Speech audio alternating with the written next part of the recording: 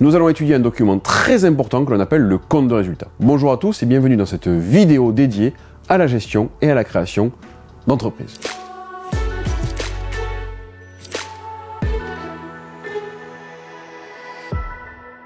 Nous allons regarder à quoi correspond le compte de résultat, le définir et le dessiner ensemble pour apporter un peu plus de visuel à ce document.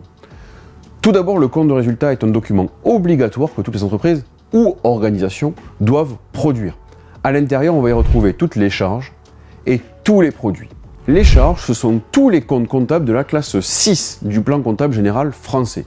C'est tout ce qui va appauvrir l'entreprise. Et de l'autre côté, nous avons les produits de la classe 7 qui va enrichir l'entreprise.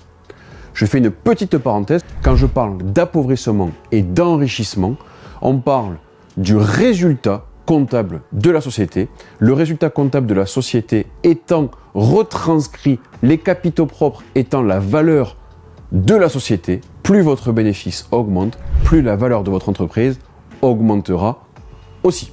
Le compte de résultat se réalise tous les ans et souvent on le fait sur une période d'une année civile du 1er janvier au 31 décembre. Mais il peut y avoir des entreprises qui réalisent des exercices comptables décalés, par exemple du 1er avril au 31 mars de l'année suivante. Le compte de résultat détermine la performance économique de l'entreprise, c'est-à-dire si l'entreprise a gagné ou a perdu de l'argent. Nous allons découper le compte de résultat en 3 grands niveaux. Le niveau 1, exploitation.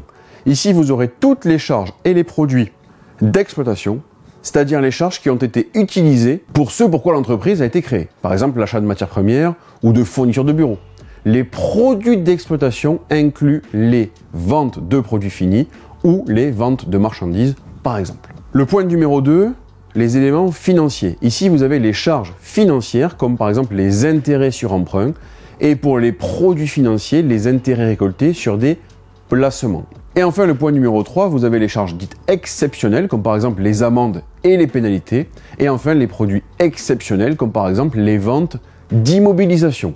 Ce n'est pas dans votre activité principale que de vendre la voiture qui vous servait à aller voir vos clients.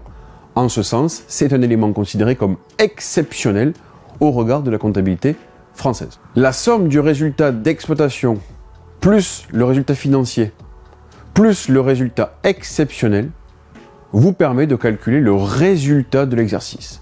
Si la somme totale des produits est supérieure à la somme des charges, vous dégagerez un bénéfice, sinon vous dégagerez une perte comptable. Voilà pour la présentation synthétique du compte de résultat. Si vous avez aimé cette vidéo, n'hésitez pas à mettre un grand pouce bleu et à partager la vidéo.